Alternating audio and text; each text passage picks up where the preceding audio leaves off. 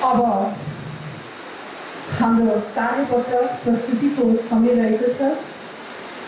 श्री बिन्दवासिनी संस्कृत campus प्रमुख प्राचार्य जगन्नाथ रेग्मीज्यूबाट कार्य प्रस्तुत हुने कार्यक्रम रहेको हुँदा यहाँलाई कार्यपत्र प्रस्तुत गरिदिनुको लागि हार्दिक अनुरोध गर्दछु।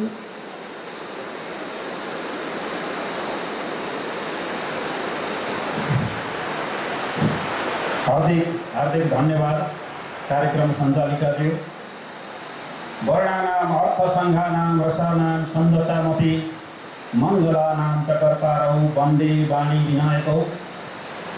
आजको यो पञ्चकोटमा सञ्चालित अनन्त श्री ब्रह्माण्डीय महायज्ञ एउटा महोत्सवका रूपमा देश विदेशबाट सबैले हेरिरहनु भएको छ, सहभागिता जनाइरहनु भएको छ। नेपालमै प्रथम पटक सम्पन्न हुन लागेको यो ऐतिहासिक कार्यक्रमको आज विशेष सत्र भाषा, संस्कृति, कला, साहित्यका सम्बन्धमा हामीले केही चर्चा परिचर्चा गर्ने अवसर प्राप्त गरेका छौँ। आजका यस सम्मानित समारोहका विशेष कार्यक्रमका अध्यक्षमा समासीन अनन्त श्री विभूषित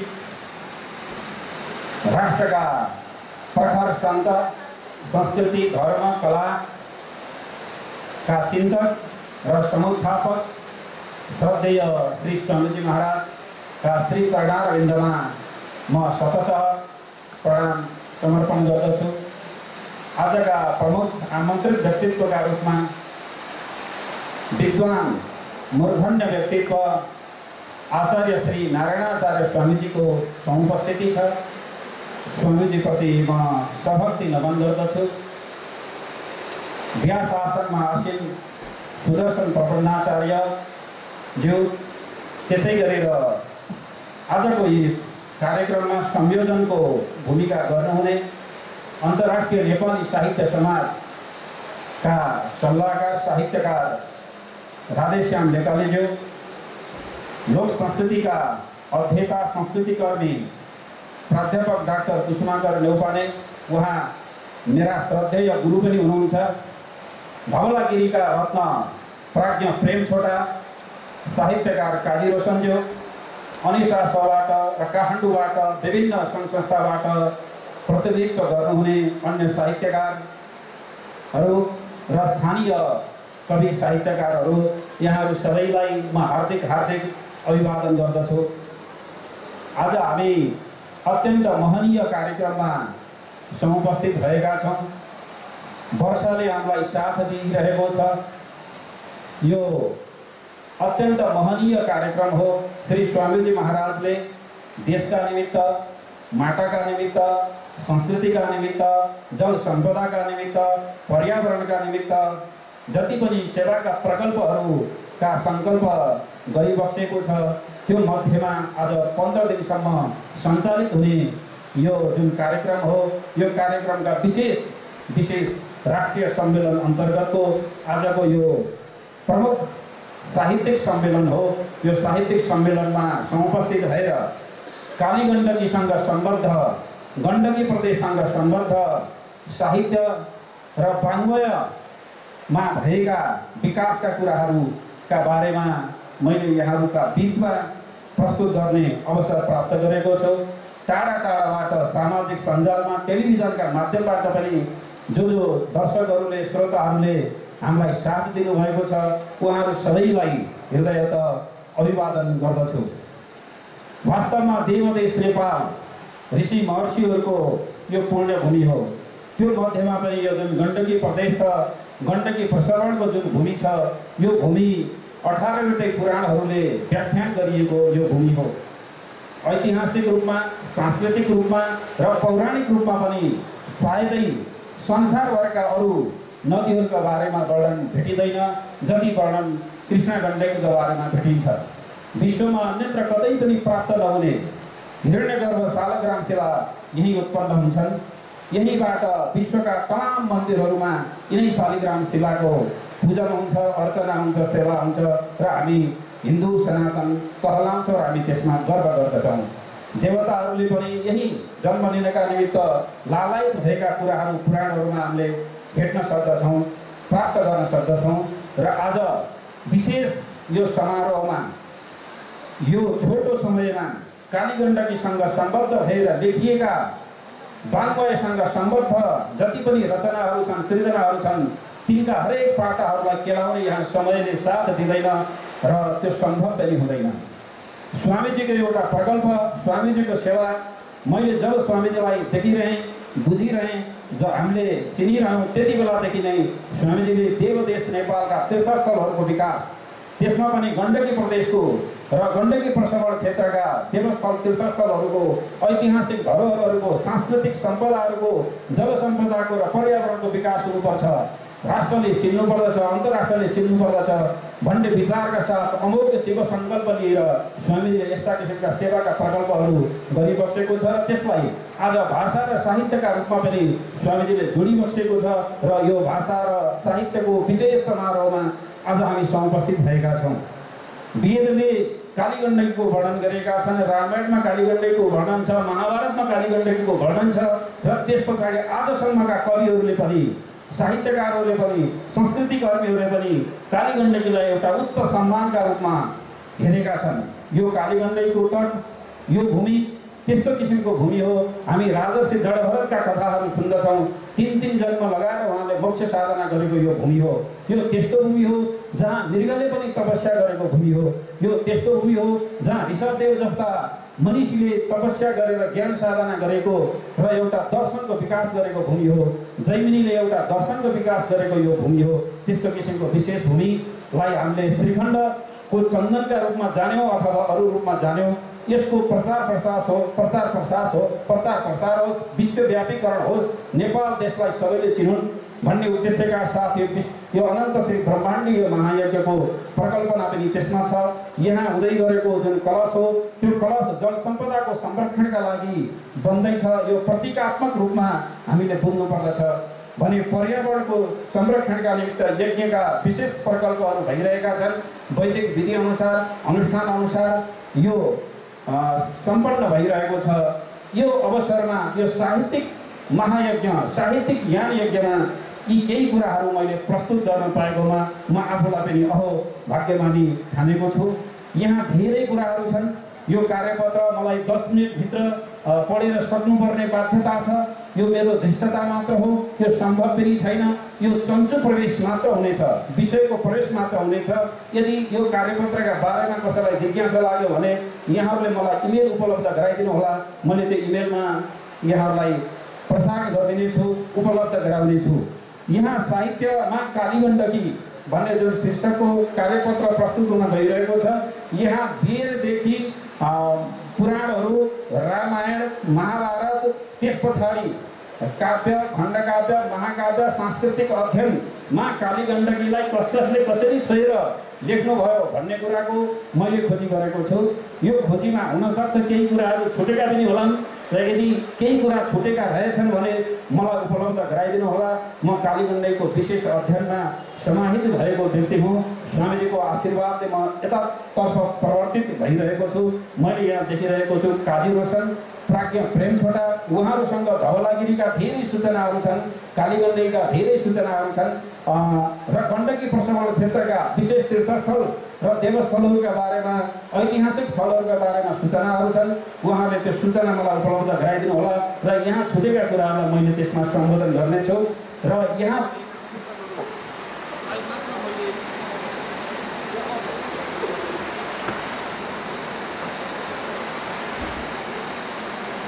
सबै पढ्ने या समयले साथ दिँदैन।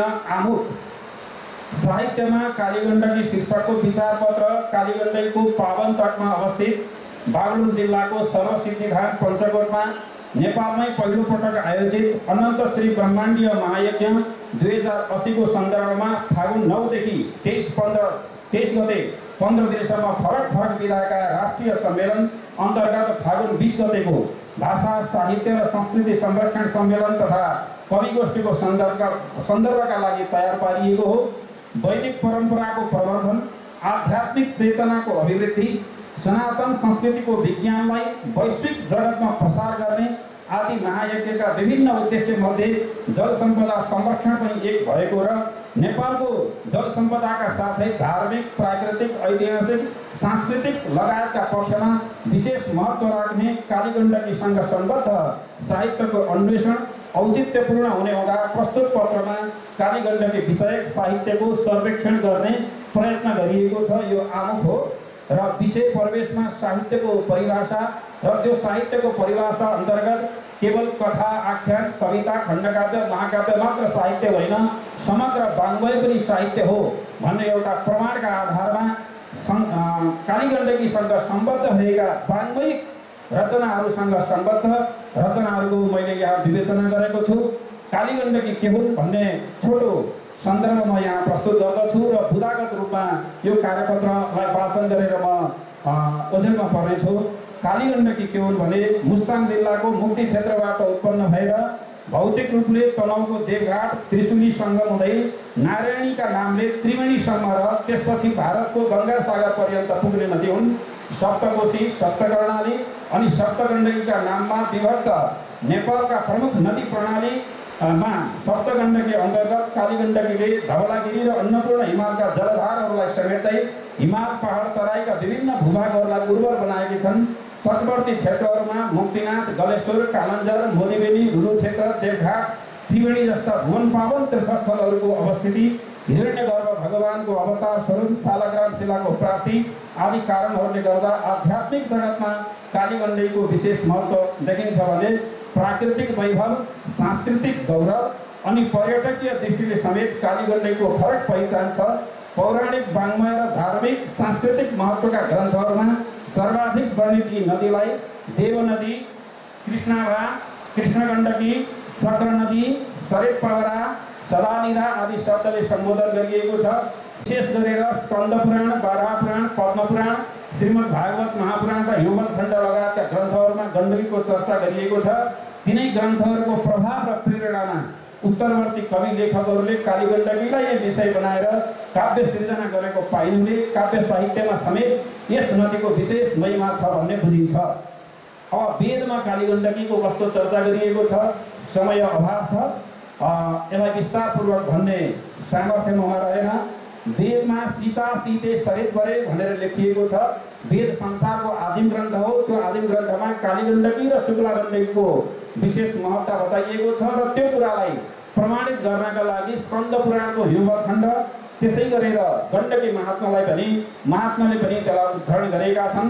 वेदैश्च परिपठ्यन्ते सीता सीते सरित परे सीता सीते सरित श्रेष्ठे देवानाम अपि दुर्लभे। यो भनाइले के व्यक्त गर्दछ भने संसारमा वेदमा भएका नदीहरूको यदि खोजी गर्ने हो भने अन्यत्रका नदीहरूको उल्लेख पाइँदैन।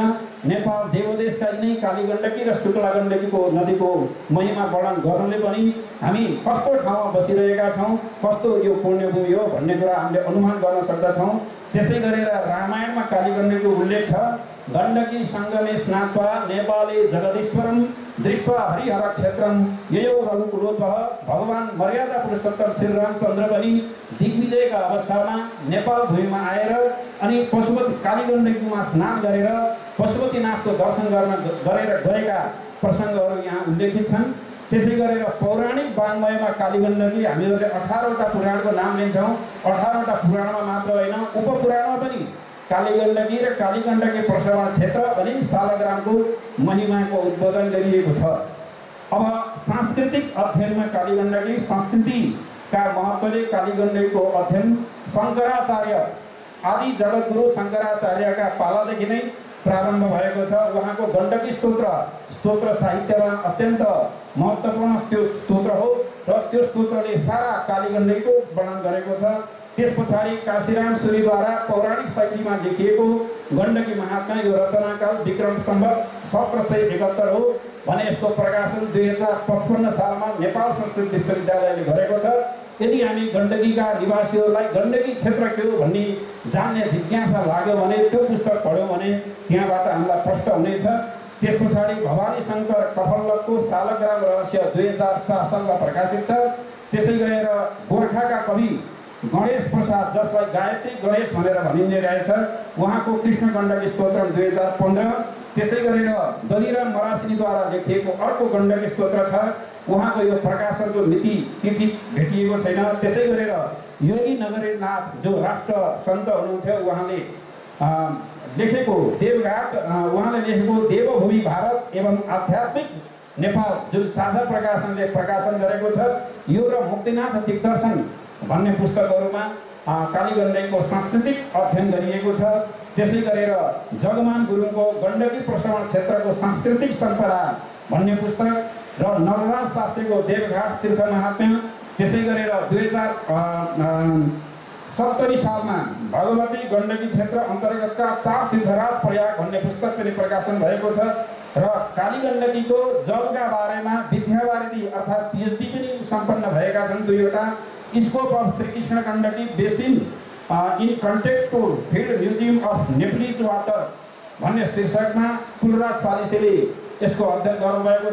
संसारका अरू नदीहरूको जल प्रणाली र कालीगण्डकीको जल प्रणालीको विशेषता के हो भन्ने कुरा हामीले त्यहाँ हेर्न पाउँदछौँ। त्यसै गरेर प्रेम छोटाको धवलागिरीको सांस्कृतिक सम्पदा भन्ने उहाँले सांस्कृतिक सम्पदाहरूको उल्लेख गर्दा गण्डकीका तटवर्ती क्षेत्र धवलागिरीको सांस्कृतिक अध्ययनका साथसाथै कालीगण्डकीको महिमालाई पनि उहाँले अभिव्यक्त गर्नुभएको छ। त्यस पछाडि म जो बोलिरहेको छु, श्री स्वामीजी महाराजका आज्ञाले मैले त्यो काम सम्पन्न गरेको हुँ। यो कालीगण्डकी संस्कृति र सम्पदा भन्ने पुस्तक छ। यो पुस्तकमा दामोदर कुण्डदेखि लिएर त्रिवेणी क्षेत्रसम्मका तटवर्ती क्षेत्रका आश्रम, तीर्थ, घाट, बेडीहरूको विशेष अध्ययन गरिएको छ। त्यस पछाडि देववाणी, यो देवघाटबाट निक्लिने यो पत्रिका हो। यसको विशेषांक 2075 र 76 को भोल्युममा कालीगण्डकीका बारेमा विशेष व्याख्यान गरिएको छ। अब ऐतिहासिक सन्दर्भमा कालीगण्डकी यो राजा तरेङ्गडी भन्ने एउटा महाकाव्य छ। काश्मीरका कविले लेखेको यो महाकाव्य हो। यस महाकाव्यमा अरमुणी नाम गरेका राजा, नेपालका जुन गण्डकी प्रदेशका राजा हुन्, तिनले काश्मीरका विनयादित्यलाई कालीगण्डकीमा जलदुर्गका माध्यमबाट परास्त गरेको यो एउटा ऐतिहासिक सन्दर्भ छ। नेपाली साहित्यकारहरूले, संस्कृतिका अध्येताहरूले यसको अध्ययनमा अलि बढी चेष्टा दिनुपर्ने जस्तो लाग्दछ। यदि यो ऐतिहासिक तथ्य फेला पर्यो भने नेपालको वीरता र नेपालको बुद्धिमत्तापूर्ण नेपालीहरूको गौरव गान यहाँनिर हामी प्रष्ट हुन सक्छौँ। तमैच्छत् अभिसन्धातुं विद्या विक्रम संयुतः माया बेरेमुनिर नाम राजा नेपाल पालकः सकाल गण्डिका तीर श्रयत तीर्थस्म देशमणि निचिक्षेप जया पीड माप्तानाम भक्षिणाम गरे भनेर नेपालको वीरता र नेपालको जो बुद्धिमत्तापूर्ण चातुर्यलाई यहाँ यसरी वर्णन गरिएको छ। अब काव्यका सन्दर्भमा कालीगण्डकीका धेरै अध्ययन भएका छन्। खण्डकाव्यमा कालीगण्डकी, गण्डकी गौरवम भन्ने एउटा कृति संस्कृतमा लेखिएको कृति प्राप्त हुन्छ। कवि उमानाथ पण्डितले लेखेको यो कृति हो। 2007 सालमा यो प्रकाशित भएको छ। यो ज्यादै महत्त्वपूर्ण छ। यहाँको खास भावभूमि के हो भने कालीगण्डकीका तीरमा जसको मृत्यु हुन्छ र उसको यदि हड्डी कालीगण्डकीको जलमा प्रवाहित हुन्छ भने त्यो कुनै समयमा सालग्रामका रूपमा परिणत हुन्छ भन्नेसम्मका भावहरू र त्यसमा चाहिने अस्तु विसर्जन गर्दाखेरि मान्छेलाई फेरि मनुष्य भएर जन्मन पर्दैन, उसको मोक्ष हुन्छ भन्ने किसिमका कुराहरू यहाँ छन्। यही भएका हुनाले धेरै टाढा टाढाबाट पनि कालीगण्डकीका तीरमा आएर कल्पवास बसेर आफ्नो देह विसर्जन गर्ने नेपाली एउटा चाहिँ परम्परा विकसित भएको छ। यो कुरालाई गण्डकी गौरवमा प्रस्तुत गरिएको छ। त्यस पछाडि श्री मुक्ति हरि स्तुति मञ्जरी जो हाम्रा वैकुण्ठवासी स्वामीजी हुनुहुन्छ, स्वामी श्रीधराचार्य षडाचार्य स्वामीजी, उहाँले रचना गरेको विशेष स्तोत्र हो। यो स्तोत्रमा पनि गण्डकीको विशेष महिमा गरिएको छ। र श्रीकृष्ण गण्डकी पद्यमाला भन्ने 2069 सालमा प्रकाशित भएको अर्को खण्डकाव्य भेटिन्छ। श्रीकृष्ण गण्डकी माताको शिक्षा यो 2070 सालमा स्याङ्जा जिल्लाका साँखरका इन्द्रदेव ईश्वरी शरण ढकालले प्रकाशन गर्नुभएको यो अर्को महनीय कृति हो। त्यसै गरेर धवलागिरी भन्ने अर्को खण्डकाव्य छ। यो धवलागिरी खण्डकाव्यमा यो जगन्नाथ रेग्मीको यो खण्डकाव्य हो। धवलागिरी के हो, कालीगण्डकी के हुन्, सालग्राम के हुन्, यहाँको देवस्थल के हो भन्ने कुरा को यहाँहरूले यहाँबाट जानकारी प्राप्त गर्न सक्नुहुन्छ। श्री कृष्ण गण्डकी अवतरण भन्ने 2070 सालमा प्रकाशित अर्घाखाँचीका कवि नीलकण्ठ मरासिनीको यो कृति हो। त्यसै गरेर महाकाव्यमा पनि काली गण्डकीको वर्णन भएको छ। पाङका कवि नारायण प्रसाद अर्यालले त्रिजन्मा भन्ने महाकाव्य 2055 सालमा प्रकाशन गर्नुभएको छ। यसमा राजर्षि भरतका 3 जन्मका कुराहरू, राजर्षि भरत, जड भरत र मृग भरत र जड भरतका कुराहरू यहाँ आएका छन्। त्यसै गरेर लमजुङका कवि निराजन पन्तले देवघाट भन्ने महाकाव्य लेख्नु भएको छ। उहाँले लेखेको यो महाकाव्यमा शरीरका षड्चक्र जस्तै शालग्राम क्षेत्रका पनि षड्चक्र छन् भनेर त्यसको व्याख्यान गर्नुभएको छ। अर्घाखाँचीका कवि नवराज पाण्डेको काली गण्डकी 2074 प्रकाशन भएको छ। त्यसै गरेर रामनाथ अधिकारी सँगैको मुक्तिनाथ भन्ने महाकाव्य 2076 प्रकाशन भएका छन्। यसरी काली गण्डकीलाई विषय बनाएर महाकाव्य लेखिएका छन्, खण्डकाव्य लेखिएका छन्। त्यसै गरेर धेरै फुटकर कृतिहरू पनि यहाँ लेखिएको छ। त्यसमा संस्कृतमा लगभग 15-16वटा स्तोत्रहरू प्रकाशन भएका छन् भने नेपालीमा 50 भन्दा बढी काली गण्डकीसँग सम्बद्ध कविताहरूको रचना भएको मैले प्राप्त गरेको छु। यही बागलुङका कविहरूले पनि यहाँ लेख्नु भएको छ। उहाँहरू सबैको नाम मैले उच्चारण गर्न सकिनँ र यी फुटकर कविताहरूमध्ये सबैभन्दा पहिला प्रकाशन भएको नेपाली भाषाको काली गण्डकीसँग सम्बद्ध जुन कविता छ राष्ट्रकवि माधव घिमिरेको, त्यो माछा पुछ्रे गिरिशेखरको पारमा मुक्ति क्षेत्र भल्छन् बत्ती झलमल जहाँ भुलभुले मूलभित्र तिम्रो जन्मस्थल छ पहिलो ज्योतिको दिव्यधाम काली गङ्गा भनन कसरी कुद्दछौ शालिग्राम। यो धेरैले पढेको र सुनेको यो कविता हो। यही कविताको अनुसरण गर्दै धेरै कविहरूले कविता लेख्नु भएको छ। त्यसै गरेर लेख रचनामा काली गण्डकीलाई विषय बनाएर अनुसन्धान शोध गरिएका धेरै उदाहरणहरू यहाँ मैले प्रस्तुत गरेको छु। यहाँ 12-15वटा त्यस्ता किसिमका उदाहरणहरू छन्। समयको पाबन्दी छ। यो पाबन्दीका बिचमा यो लामो कार्यपत्र सबै अक्षरशः वाचन गर्न पनि हुँदैन र समयमाथि न्याय पनि हुँदैन, यहाँहरूमाथि न्याय पनि हुँदैन। यो एउटा चन्जु प्रवेश हो।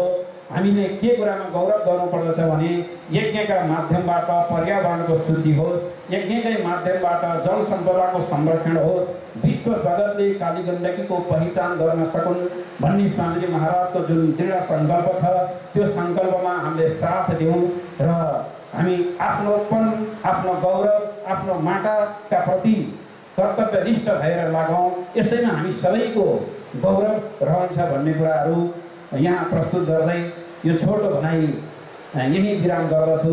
यो कार्यपत्र जसलाई पढ्न इच्छा छ, जान्न इच्छा छ भने मलाई सम्पर्क गर्नुहोला, मैले यहाँलाई उपलब्ध गराउनेछु। यदि यहाँ केही कुराहरू छुट्न गएका छन् भने मलाई सूचना दिनुहोला र मेरा कृतिहरूमा मैले गर्ने अनुसन्धानहरूमा यसलाई समावेश गर्नेछु। यो अवसरका लागि फेरि पनि आयोजकलाई हार्दिक धन्यवाद निवेदन गर्दै यहाँबाट विश्राम हुन्छु। अस्तु। जय श्री मुक्तिनाथ, जय श्री मुक्तिनाथ, जय श्री मुक्तिनाथ।